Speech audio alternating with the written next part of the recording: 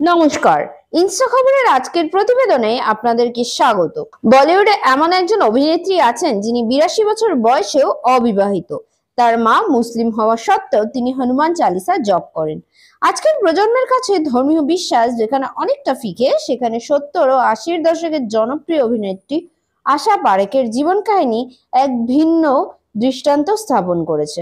প্রায় 85-টিরও বেশি ছবিতে অভিনয় করা এই অভিনেত্রী ব্যক্তিগত জীবনে সবসময় আলোচনার কেন্দ্রবিন্দুতে থাকছে।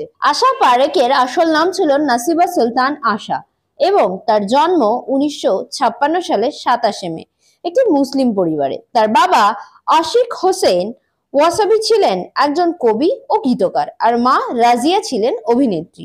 তার বাবা মায়ের বিচ্ছেদের পর তিনি মায়ের সঙ্গে চলে আসেন এবং মায়ের দ্বিতীয় বিয়ের পর তার নাম পরিবর্তন করে রাখা হয় আশা সচদেব।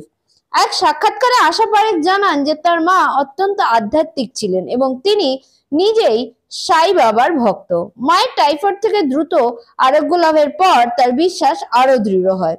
অভিনেত্রী কোনো তাবিজে বিশ্বাস না করেও তিনি হনুমান চালিসা জপ করেন এবং ঈশ্বরের প্রতি তার গভীর বিশ্বাস রয়েছে। ব্যুরো রিপোর্ট, ইনস্টা খবর।